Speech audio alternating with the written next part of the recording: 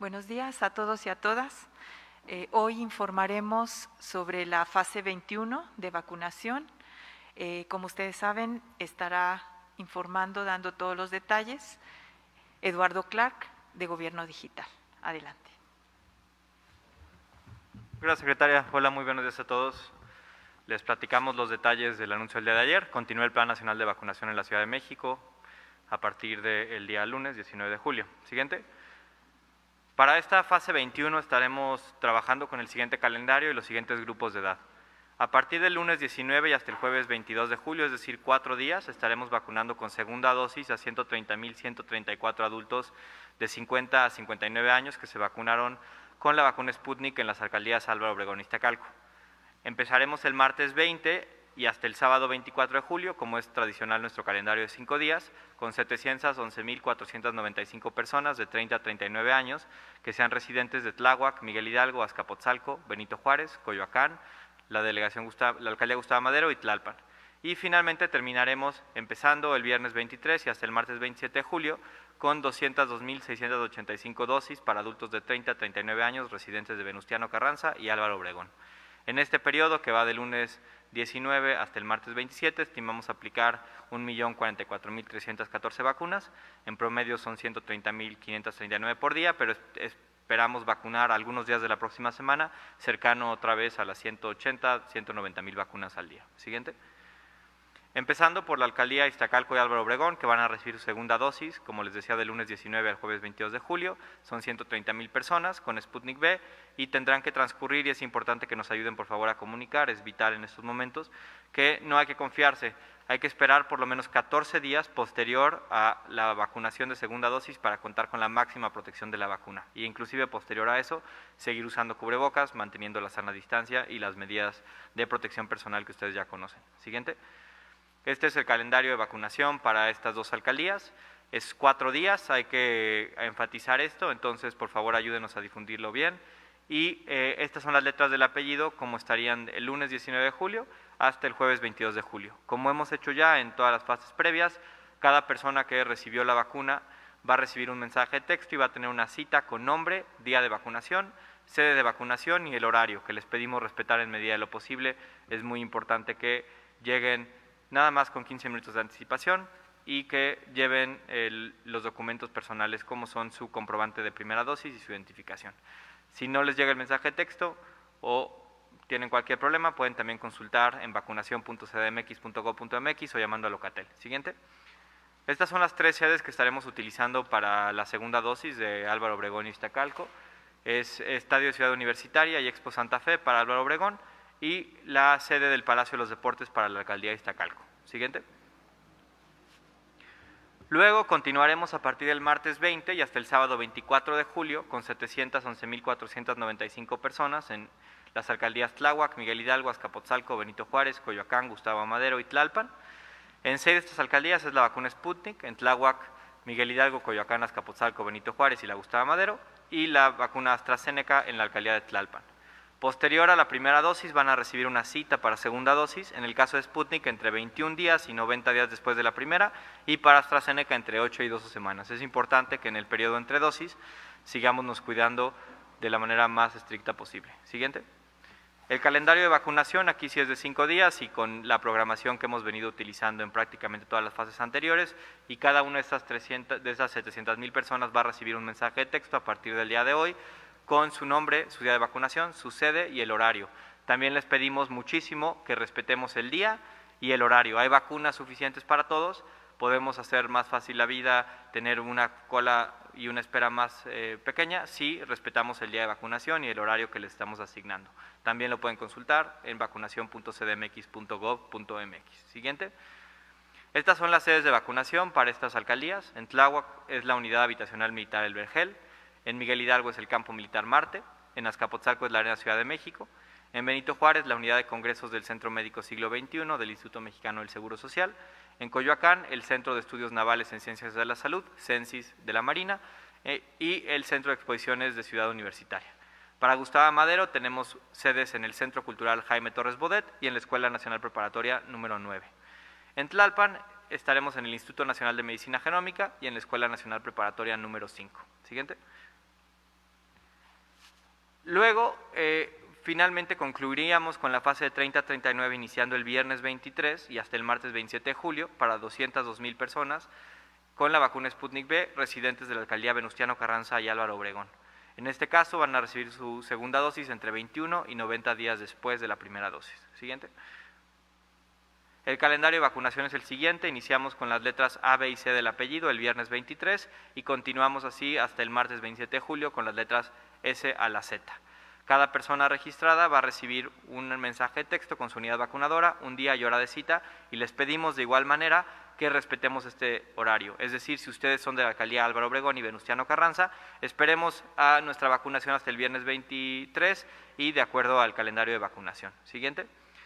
Las unidades de vacunación que estaremos usando para estas dos alcaldías son el Estadio de Ciudad Universitaria y la Expo Santa Fe y el Palacio de los Deportes para el caso de Venustiano Carranza. Como pueden ver, la razón por la cual estamos empezando un poco más tarde que las otras 7 alcaldías tiene que ver con que estas 3 sedes son las sedes que estamos usando para concluir la vacunación de 50 a 59 a partir del lunes y por eso están de manera desfasada la vacunación, pero toda para concluir en la siguiente semana con suficiente vacuna y ya citas agendadas para todas las personas registradas. Siguiente. Recuerden, es importantísimo llevar el expediente de vacunación impreso para recibir su vacuna, es muy fácil obtenerlo, regístrense en mivacuna.salud.gov.mx y descarguen el expediente de vacunación que tendrá prellenado su nombre, su CURP y su folio de registro. Impriman este comprobante y lleven los datos personales restantes con pluma, los pueden llenar, son básicamente la dirección, historial de padecimientos y el teléfono de contacto. Acudamos a nuestra unidad vacunadora el día y hora de cita con el expediente de vacunación y una identificación oficial que muestre nuestra edad. Siguiente.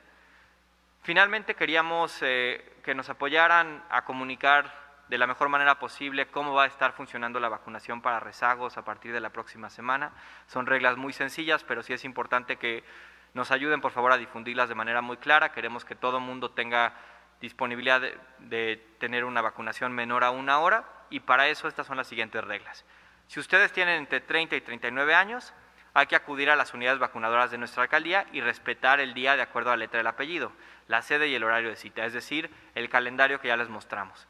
Estas personas de las alcaldías que faltan de vacunar de 30 a 39, todas tienen una cita, todas tienen una unidad de vacunación asignada y así es como les pedimos que vayan.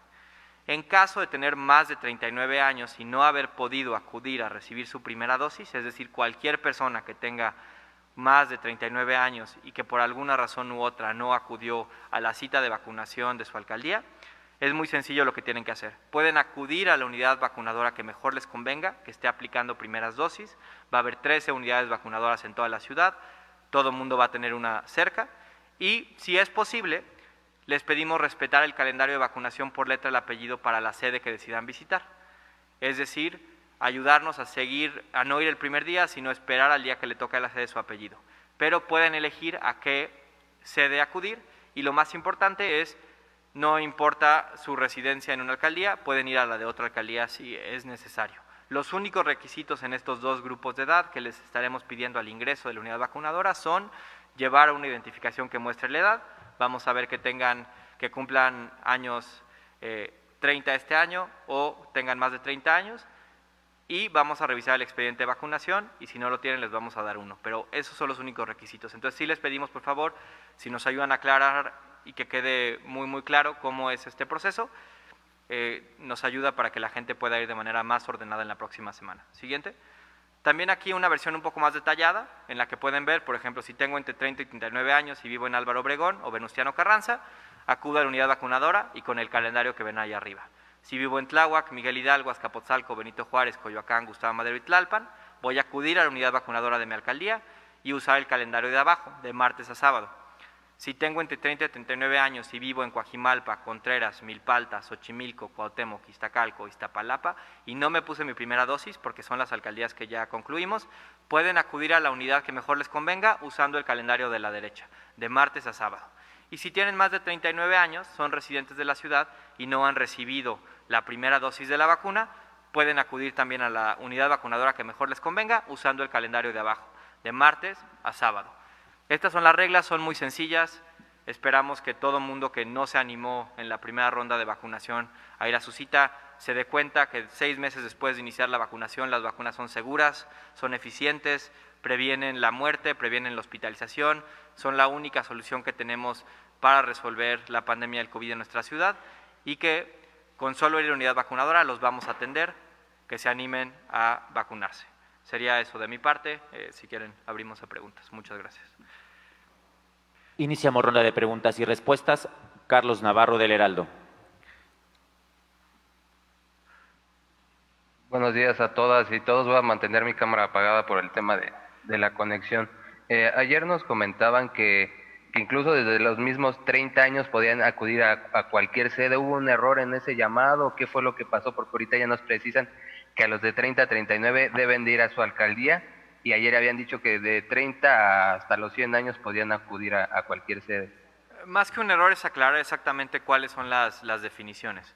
También estamos siendo más flexibles en términos de que una persona puede acudir a otra sede.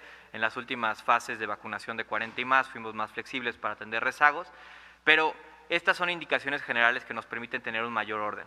Tenemos afortunadamente una disponibilidad de vacunas otorgada por el Gobierno de México que nos permite garantizar que cualquier persona que vaya a vacunarse en los siguientes 10 días tenemos vacuna para atenderlos, inclusive si fueran el 100% de los rezagados, que es una muy buena noticia, pero sí tenemos que tener ciertas reglas para poder distribuir de mejor manera a las personas en sus alcaldías. Y naturalmente, la gran mayoría de las personas pues van a elegir acudir a la unidad vacunadora que les queda dentro de su alcaldía, porque pues naturalmente ahí viven.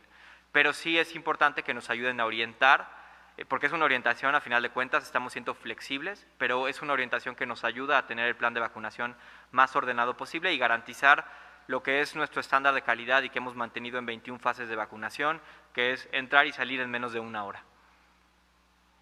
Ok, en este caso, en el de Álvaro Obregón e Iztacalco, ya que es la segunda dosis de la Sputnik V, ahí reiterar a las personas que no pueden acudir a los rezagados ahí, ¿o pueden acudir? No, en ese sentido los rezagados de primera dosis no pueden acudir, por eso el llamado a que si ustedes son rezagados sea a partir del día 20, que es el día martes, en las sedes de vacunación de primera dosis. Es algo que estaremos también orientando con Locatel. Lo que sí les pedimos, que también si lo quieren comunicar es importante, lo estamos haciendo con Locatel, por ejemplo, es si alguien no fue a su cita de segunda dosis de Sputnik, hace 2 semanas que vacunamos Gustavo Madero o Iztapalapa, puede acudir esta semana a vacunarse como rezago de segunda dosis en Iztacalco y Álvaro Obregón, pero solo si lo que le falta es el segundo componente. Inclusive si se vacunó hace algunos meses ya y no pudo ir, es importante completar el esquema, y esas son las personas que estaríamos atendiendo en estas alcaldías de segunda dosis. Personas que están en tiempo, que están en forma en Álvaro Obregón y Iztacalco, y cualquier rezagado de segunda dosis de Sputnik V también lo estaremos atendiendo. O sea, por ejemplo, los del Palacio de los Deportes que alguna vez recibieron Sputnik y por X o Y razón no les ha tocado, pueden acudir a estas sedes. Es correcto, esos rezagados del Palacio de los Deportes los citamos hace cerca de un mes, si no mal recuerdo, a atenderlos, pero algunos no se alcanzaron a enterar, algunos tal vez no estaban en la ciudad, algunos tal vez estaban enfermos o indispuestos, pueden definitivamente acudir en esta etapa. No solo ellos, sino cualquier persona que haya recibido Sputnik V en su primera dosis y no haya tenido oportunidad de recibir la segunda.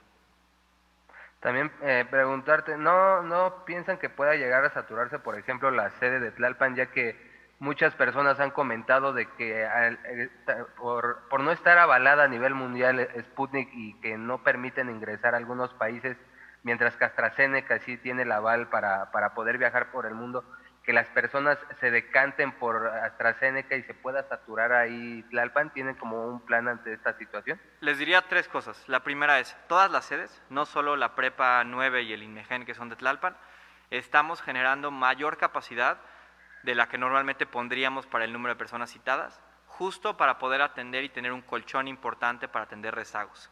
Cada unidad vacunadora está más que sobrada en términos de la capacidad de células vacunadoras para poder atender a las personas que vayan, inclusive si vemos mayor demanda que la que esperamos. Eso es algo que planificamos esta semana precisamente para esta estrategia de masificar la vacunación en 30 hacia arriba.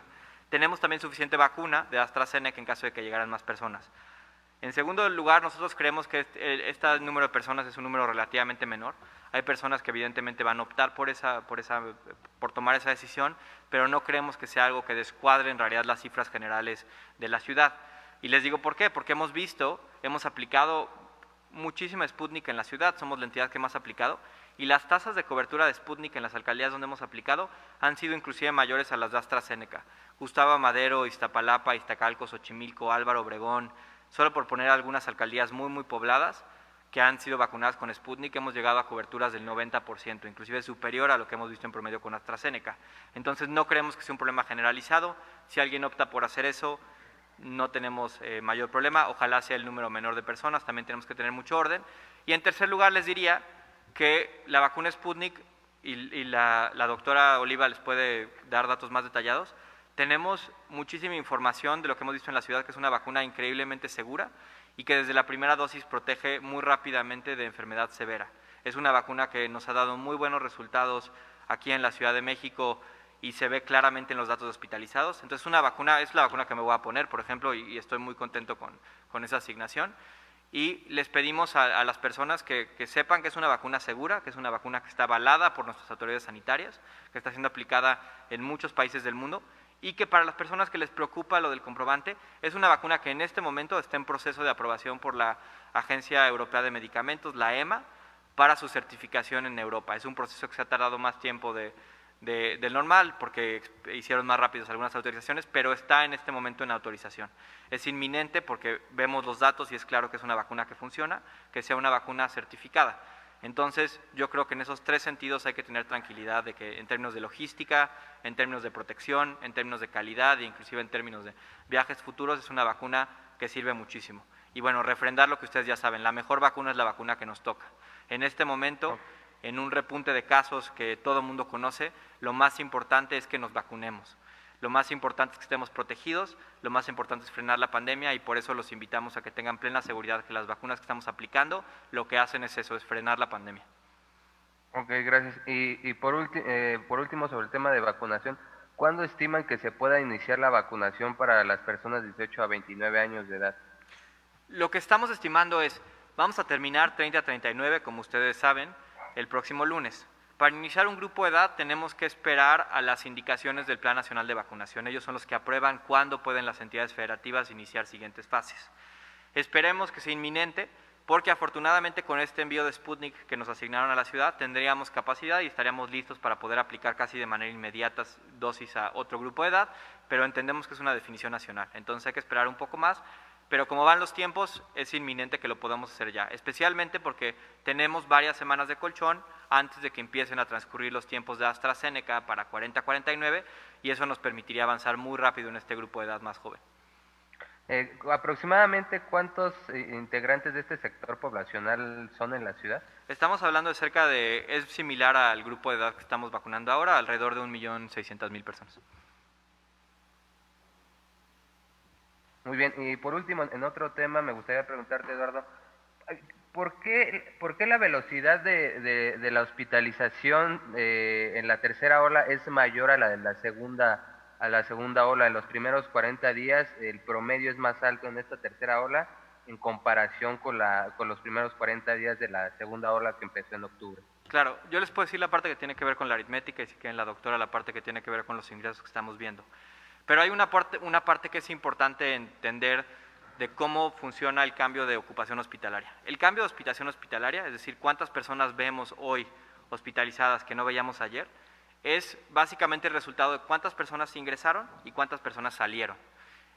Si entran 100 personas y salen 50, sube en 50 la ocupación hospitalaria. Lo que estamos viendo en este momento es, como les hemos comentado y vieron las gráficas de ayer, se ha incrementado de manera importante el número de ingresos. En los últimos 7 días hemos visto una pendiente ascendente que no habíamos visto de ingresos hospitalarios nuevos. Creemos asociados a los casos que empezamos a ver hace 3-4 semanas. Lo que estamos viendo ahora que hace que la velocidad sea más rápida que la que vimos antes, es que venimos de una meseta muy baja de ingresos. Es decir, las personas que están ingresando al hospital, que están saliendo del hospital o ahora, provienen de hospitalizaciones de momentos en los que estaban ingresando mucho menos personas. ¿A qué me refiero por esto? Están saliendo mucho menos personas porque apenas se van a empezar a cumplir los tiempos de las personas hospitalizadas que ingresaron recientemente. Por eso hay una divergencia muy grande entre cuántas personas salen y cuántas entran, y eso hace que la tasa de hospitalización y la velocidad del crecimiento sea más alta. Lo que esperamos ver en la siguiente semana es que empiecen a tener más altas por mejoría conforme vemos que las personas que ingresaron en mayor nivel a los hospitales en la última semana se van mejorando, porque la gran mayoría de ellos se mejora. Y eso nos va a permitir estabilizar un poco más el cambio de ocupación hospitalaria. Esa es la razón por la que estamos viendo estos incrementos. Les pongo el ejemplo, el contrafactual es diciembre. En diciembre, que empezó a subir otra vez, nunca bajamos los ingresos como los bajamos ahora. Por lo tanto, los egresos hospitalarios nunca bajaron como estamos en los niveles de egresos en este momento. Y eso hace que la velocidad del crecimiento no haya sido tan rápida, pero fue mucho peor porque fue continua y a tasas crecientes de ingresos. Es decir, ahí se motivaba principalmente por incrementos día con día, de mayores personas ingresando a los hospitales que el día previo. En nuestro caso sí hay incrementos, pero a una velocidad con mucho mayor estabilidad. No sé si fui claro, Carlos. Sí. Muchas gracias, buen día a todas y todos. Continuamos con Salvador Corona del Universal. Hola, buenos días a todos. Yo quisiera preguntarle a la doctora Oliva sobre cuál es el porcentaje que actualmente hay en la Ciudad de México de la variante Delta. ¿Cuántos casos por número de pruebas se están presentando? El INDRE en una teleconferencia mencionaba que era 73%. Si es correcto ese porcentaje, ¿cuánto porcentaje ustedes tienen reportado de la variante Delta en la ciudad actualmente? Sí, estas son estimaciones y efectivamente la variante Delta ya es la dominante. Nosotros estamos estimando alrededor del 60-65% de todos los casos positivos. No todos se muestrean para hacer la secuenciación genética, pero de los que se muestrean está esa proporción. O sea, está desplazada la variante 519, que es la variante identificada como mexicana. Tenemos presencia, como ya lo hemos señalado, de la variante gamma y de la variante alfa, pero esto se está sustituyendo rápidamente por la variante delta. Nuestras estimaciones están alrededor del 65%. Doctora, hemos visto que ya en los kioscos, ya lo comentaba la semana pasada, que hay menores de edad que se están realizando pruebas. ¿En qué porcentaje están saliendo positivos nuevamente pues los menores y si es por igual la variante Delta? No podríamos saber que es directamente por la variante Delta, porque tendríamos que hacer la secuenciación de esas muestras y se está haciendo sobre todo en pacientes hospitalizados. Sí ha crecido la proporción, no la tengo en este momento con detalle en la cabeza, pero se los podemos pasar en un ratito. Sí ha crecido la proporción de positivos menores de 18 años. Esto significa que están teniendo el cuadro sospechoso COVID y afortunadamente están yendo. Entonces esto hay que seguirlo alentando frente a la sospecha de cuadro COVID, de tener la enfermedad o de un contacto directo con alguien confirmado o sospechoso COVID. Hay que acercarse a un kiosco. Además, recordar que a partir del martes de la próxima semana se amplía también en términos de los centros comerciales, las farmacias, se vuelve a reactivar este programa que teníamos que funcionó durante varios meses, donde el Seguro Social estará poniendo el personal, la Secretaría de Salud del Gobierno de la Ciudad las pruebas para que sean gratuitas y estos centros comerciales y farmacias, pues toda la logística para poder tomar las muestras. Y también los módulos de atención respiratoria del IMSS, que son 46, también se pueden acercar ahí, están ampliando su toma de muestras y se atiende indistintamente a personas con seguridad o sin seguridad social. Y también en nuestros 117 centros de salud y en los kioscos, que son 18 macro kioscos de toma de muestras. Les mando en un momento las UMFs que también están ampliando su toma de muestras del Seguro Social. Entonces, todo esto lo pueden consultar en Prueba COVID, en la página, y ahí estará ya la geolocalización y los horarios de estos espacios. Está incrementando, sí, en menores de 18 años y les puedo pasar el dato con certidumbre en un ratito. Doctora, nada más para ser específicos, entonces en un 60% está la variante Delta en la Ciudad de México. ¿El resto podrían ser las demás variantes y además el SARS-CoV-2? No, es que es el SARS-CoV-2 con distintas variantes. Es el mismo virus con variantes. Entonces, se está desplazando la variante mexicana, por así decirlo, esa prácticamente está reduciendo su proporción. Hay alrededor del 20% que se ha identificado de la variante alfa y un poco más también de la variante gamma. Y el 60% se estima, esto es importante señalarlo, son estimaciones, que es la variante delta. Es decir, de cada 100 identificados positivos con prueba confirmatoria, 60 de esos estaríamos pensando que es variante delta. El cubreboca nos protege para todas las variantes, entonces es importante seguirlo usando. Y nada más una pregunta más. En el portal de exceso de mortalidad del gobierno federal menciona que en la Ciudad de México hay 75,000 muertes asociadas a COVID, y mientras en el último informe o reporte de ustedes mencionaban que eran 50,000. ¿Es correcto esta cifra? ¿Ustedes cuándo tendrían un nuevo reporte? ¿Y por qué en el informe diario se mencionan 45,000, por ejemplo? Claro, mira, te platico ahí justo, Salvador. Hay 3 distintas mediciones con las cuales se evalúa la mortalidad en la ciudad en la pandemia. Todas son robustas, todas son válidas, todas son oficiales, pero miden cosas distintas. En primer lugar están las 42,922, algo así son, creo que era el corte del miércoles en la noche, muertes por COVID que se reportan en el reporte diario. Esas muertes son muertes que tienen 2 características. Son puras muertes que están reportadas al Sistema de Vigilancia Epidemiológica del Gobierno de México, ya sea con una prueba confirmatoria de laboratorio o antigénica de COVID-19 o dictaminadas por asociación epidemiológica, pero son pruebas de personas más bien son muertes de personas que se les hizo la prueba o que se dictaminaron. Hay otras muertes que son las que se reportan en el registro civil de la Ciudad de México, en las cuales, las confirmadas son las 45,000 prácticamente. Hay 52,000 muertes en el registro civil de la Ciudad de México que el médico certificante certificó como muertes por COVID o sospecha del mismo. Es decir, 7,000 más de residentes de la ciudad que no necesariamente pueden haber tenido COVID, algunas sospechosos o no, pero son muertes que el médico certificante certificó como COVID en la causa de muerte y que son revisadas por el equipo de CEDESA y el equipo de la Dirección General de Información en Salud del Gobierno de México para hacer los reportes finales de mortalidad que conoceremos en el próximo año. Esas son las muertes del registro civil, son ligeramente más. Luego tenemos, y el último corte, lo hice al 5 de julio, lo hice justo ayer, tenemos 65,000 muertes, 65,045 muertes adicionales a las que esperábamos ver en el periodo que ha comprendido la pandemia, es decir, el exceso de mortalidad, que independientemente de si ocurrieron por COVID o no, son las muertes que no esperábamos ver en un año normal, que se vieron. Lo más importante de este punto son 2, les diría. Desde el 22 de abril del presente año hemos tenido un solo día, el 7 de mayo, con mortalidad en exceso, es decir, llevamos prácticamente 3 meses en los cuales los niveles de mortalidad de la ciudad son iguales o similares a los de un año normal. Hay que seguirlos monitoreando, pero a corte de 5 de julio seguían siendo así.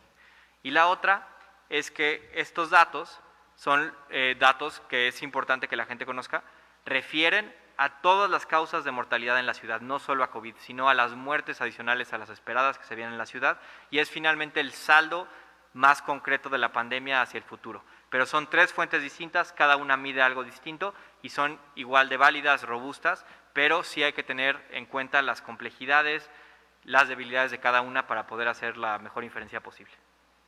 Ok, pero en el gobierno federal mencionan 75,000 muertes asociadas. Te voy a decir cuál es la diferencia. El gobierno federal, a diferencia de nosotros, tiene acceso solo a las muertes que ocurren en la ciudad y no sabe de dónde son residentes. Ustedes saben, cerca del 25% de los ingresos hospitalarios de la ciudad son personas que buscan atención médica dentro de la Ciudad de México, pero son residentes principalmente del Estado de México, de ese 25%, cerca del 20%, y 5% de otras entidades federativas. Esa diferencia de 10,000 que tú mencionas, entre las 65,000 muertes en exceso que nosotros vemos y las 75,000 del Gobierno de México, refieren precisamente a personas no residentes de la ciudad que perdieron la vida por COVID, desafortunadamente, en la ciudad, aún sin ser residentes. Ok, perfecto. Muchas gracias. Última pregunta, Rocío González de La Jornada. Hola, buenos días a todos. Algunas precisiones. Comentaban que es el 65% de la variante Delta la que está predominando. Si nos pueden recordar los casos positivos. En general estamos hablando que casos positivos identificados diario, estamos hablando en promedio la última semana de cerca de 2.200. En nuestro punto mínimo fue cerca de 250, el punto mínimo, si no mal recuerdo, fue por ahí del 27 de mayo, y nuestro punto máximo fue por ahí del 16 de enero, con cerca de 6.500 casos identificados al día. Es decir, sí ha subido, es innegable que ha subido, pero seguimos estando a un tercio, más o menos, en números redondos, del punto más álgido de la pandemia. Y contrasta con otras entidades federativas que desafortunadamente en esta tercera ola ya están en niveles muy superiores a lo que llegaron a ver en su mayor pico. Es decir, sí ha crecido en la ciudad, pero no a las mismas tasas que se han visto no solo en otras partes del mundo, sino también inclusive en algunos estados de la República. Gracias. ¿Y tendrán algún estimado de cuántos serían los rezagados que hay? Tenemos en el grupo de 60 y más años, vacunamos a cerca del 85% y hay cerca de 200,000 personas que no se vacunaron. En el grupo de 50 a 59 vacunamos, si sumamos al personal educativo, cerca del 89%, si no sumamos al personal educativo es el 85%, y también son cerca de 150,000 personas. Y eso sumaría cerca de 350,000 personas de 50 y más, y estamos estimando que en 40 a 49 hay cerca de 150,000 personas. Entonces, máximo estamos hablando de 500,000, y afortunadamente, ojalá que vayan el mayor número posible de ellos, tenemos capacidad para hacerlo, y si van todos, a nosotros nos importa tanto que se vacunen los rezagos que nos quedamos hasta más tarde si es necesario en las sedes. Si van, que vayan todos, y tenemos suficiente vacuna para atender a cada uno de ellos si fuera. Gracias. Y preguntarle a la doctora Oliva, ¿cuál es la situación con los adultos postrados? ¿Cómo va el proceso de vacunación? ¿Tienen un censo? ¿Qué porcentaje llevan? Hemos recibido llamadas de que se han registrado, que no se les está atendiendo, doctora. Sí, como hemos señalado, es un proceso más lento. Llevamos ya 26,000 adultos mayores postrados, atendidos, y tenemos de la última semana un reporte de 560 que están programados ya para su vacuna. Aquí acuérdense de que es un proceso lento que no puede avanzar a la misma velocidad que la vacunación para todo el conjunto de personas en la ciudad, porque hay que desplazar la brigada que la integra un servidor de la nación, una persona de seguridad y la brigada vacunadora a estos sitios. Entonces, sí les pedimos un poco de paciencia, pero estamos avanzando y llevamos ya 26,000 adultos mayores postrados ya vacunados. Y también tenemos alrededor de 10,000 ya vacunados en asilos y en albergues. Y también es importante que también hemos avanzado en reclusorios y ahí llevamos alrededor de 25,000 personas, que son, digamos, las brigadas extramuros que están atendiendo a grupos que no pueden desplazarse a los macrocentros vacunadores. De estos 26,000, doctora, hablamos del total de ¿cuántos? ¿Cuál es el universo? Los 26,000 adultos mayores postrados, ese es un universo cambiante porque son personas, de esas sí no hay censo, son personas que están o con alguna enfermedad crónica que les impide movilizarse o con alguna situación coyuntural como una fractura, una caída, un accidente vascular cerebral recién diagnosticado. Entonces ahí sí es más a la demanda. Por eso yo señalaba que esta semana tenemos el reporte y esto es importante porque Locatel nos pasa todas las llamadas y los reportes, tenemos programados, tenemos el reporte de 552. ¿Y cuál es la capacidad, no sé si por día o por semana, pues para que los adultos más o menos conozcan el procedimiento y pues no se desesperen si no han acudido todavía a su domicilio? Es como 6 personas por brigada por día, pero tenemos 40 brigadas y tenemos en todas las jurisdicciones, están saliendo permanentemente. Pero sí es un proceso lento porque es una visita domiciliaria con evaluación médica. Muchas gracias. Concluimos con la conferencia. Muchas gracias. Hasta luego.